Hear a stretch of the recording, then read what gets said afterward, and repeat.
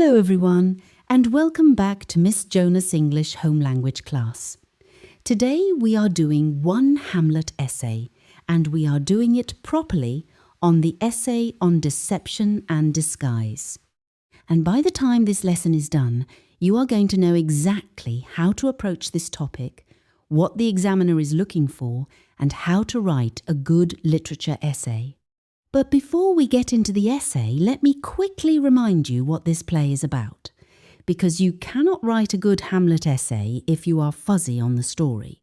Hamlet is a tragedy by William Shakespeare. Set in Denmark, a royal castle called Elsinore, the King Hamlet is dead. His brother Claudius has taken the throne and married the queen, Gertrude, who is also Prince Hamlet's mother. Then the ghost of King Hamlet appears and reveals the truth: he was murdered. Claudius poured poison into his ear while he slept, and he tells Hamlet, "Avenge my death." From that moment, everything falls apart. Hamlet fakes madness, his antic disposition, to move freely in a court full of spies. By the end of the play, almost everyone is dead. Ophelia drowns, Polonius is stabbed, Gertrude is poisoned, Laertes and Hamlet kill each other. Hamlet finally kills Claudius, but only as he himself is dying. Only Horatio survives to tell the truth of what happened. That is Hamlet.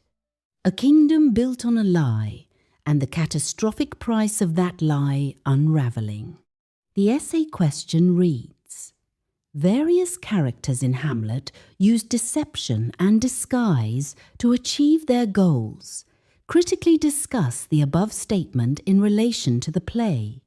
Make reference to a minimum of 3 characters in your response. Before we write a single word, let's break this question down properly. Critically discuss does not mean retell the story. It means engage with the statement. Take a position.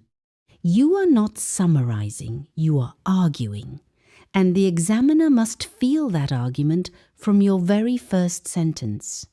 Deception and disguise are not the same thing. Write that down.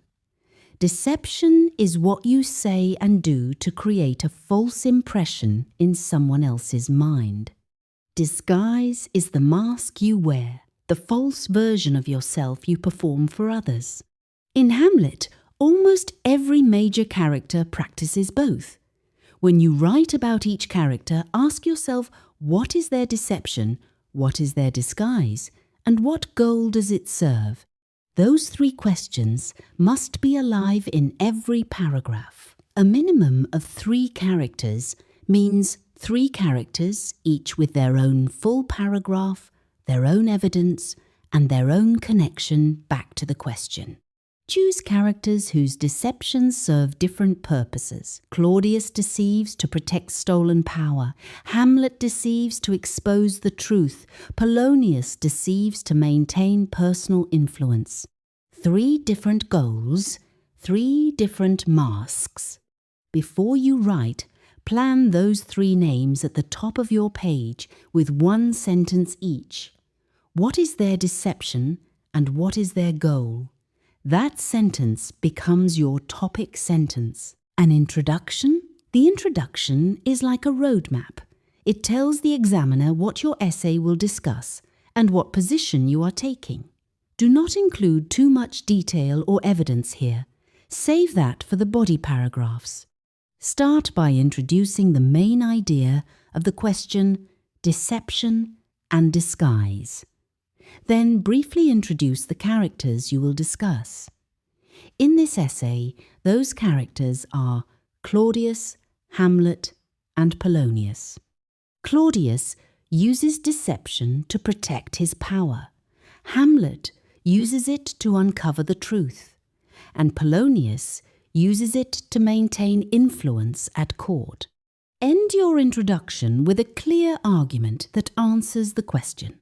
These 3 deceptions do not exist in isolation. They feed each other. They compound each other, and together they reveal how thoroughly corrupted the world of this play has become. That introduction tells the examiner 3 things in 1 paragraph. You understand the question, you have a plan, and you know how to argue. Body paragraph 1. Claudius. Your first body paragraph is about Claudius, and everything you write must answer 3 things. What is his deception? What disguise does he wear? And what goal does it serve? Keep pulling back to those 3. A strong paragraph here looks dense and analytical. You are not retelling, you are building an argument, sentence by sentence. The examiner should be able to feel a clear point of view from your first sentence to your last. Claudius doesn't just tell 1 lie. His entire reign is built on deception. He performs the role of a grieving, devoted king while hiding the fact that he murdered his brother for that throne. His goal is protecting stolen power, and every decision he makes, spying through Rosencrantz and Guildenstern, sending Hamlet to England with secret letters ordering his death, is about keeping that secret safe. Show that escalation. Don't just mention 1 example and move on. Show the examiner that the deception grows as the threat grows. Then bring in the mousetrap as your closing evidence. That's where the mask finally breaks. Claudius cannot hold it, and he leaves. Use that moment to land your point. No deception, however carefully built, holds forever. Body paragraph 2, Hamlet. Your second paragraph is about Hamlet, and the key distinction to establish immediately is that his deception is different from Claudius. He deceives to expose a crime, not protect one. That contrast is what gives this paragraph its argument. A strong paragraph here doesn't just explain the fake madness, it interrogates it. The examiner wants to see you pushing into the complexity, not just describing what happens. His fake madness is a deliberate strategy that gives him cover in a court full of spies. But your paragraph needs to go further. It needs to show the cost. Ophelia cannot distinguish performance from reality and is devastated by it. And Shakespeare blurs the lines so deliberately that even the audience begins to question whether Hamlet is still in control of the disguise or whether it has taken over entirely. That is your depth. Deception used for a just purpose still causes destruction. Land that as your closing point, and the examiner will see real critical thinking on the page. Body paragraph 3, Polonius. Your third paragraph is about Polonius, and the most important thing before you write a single word, do not treat him as comic relief. That reading is surface level and it will cost you marks. He is one of the most calculated deceivers in the play. A strong paragraph here reframes him completely. The examiner should finish reading it with a different understanding of Polonius than they started with. That shift is what shows analytical ability. His mask is fatherly wisdom and loyal counsel, but underneath that performance, his real goal is protecting his own position and influence at court. He uses both his children without their knowledge. Ophelia to surveil Hamlet, Reynaldo to spy on Laertes, with instructions to spread rumours about his own son. Neither of them knows they are being used. That gap between what they believe and what is actually happening, that is, his deception in action. Close on how he dies hidden behind a curtain, eavesdropping, killed in the act of spying.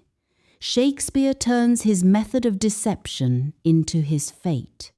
And because his actions outlast him pushing Laertes toward revenge and accelerating the collapse of the court, your closing point writes itself. Deception does not end when the deceiver does. Conclusion?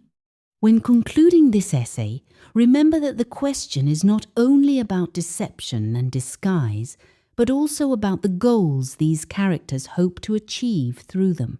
Claudius uses deception to protect his stolen power. Hamlet disguises his true intentions to uncover the truth, and Polonius manipulates others to maintain influence at court. Although their goals differ, all three characters rely on deception as a means of achieving them. However, Shakespeare ultimately shows that deception comes at a cost. Every character who hides behind a mask suffers consequences, and the tragedy of the play demonstrates that lies may provide temporary success, but they cannot prevent the truth from emerging. Therefore, the statement is true. Deception and disguise help characters achieve their goals, but they also contribute to their downfall and the destruction of the world around them. That brings us to the end of the lesson. You now understand how deception and disguise function in Hamlet and how to structure a strong essay around them. Remember, the exam is not about retelling the story. It is about building a clear argument, supporting it with relevant evidence, and always linking back to the question. Use the structure we went through, practice it, and apply it consistently. Don't forget to subscribe, and I'll see you in the next lesson.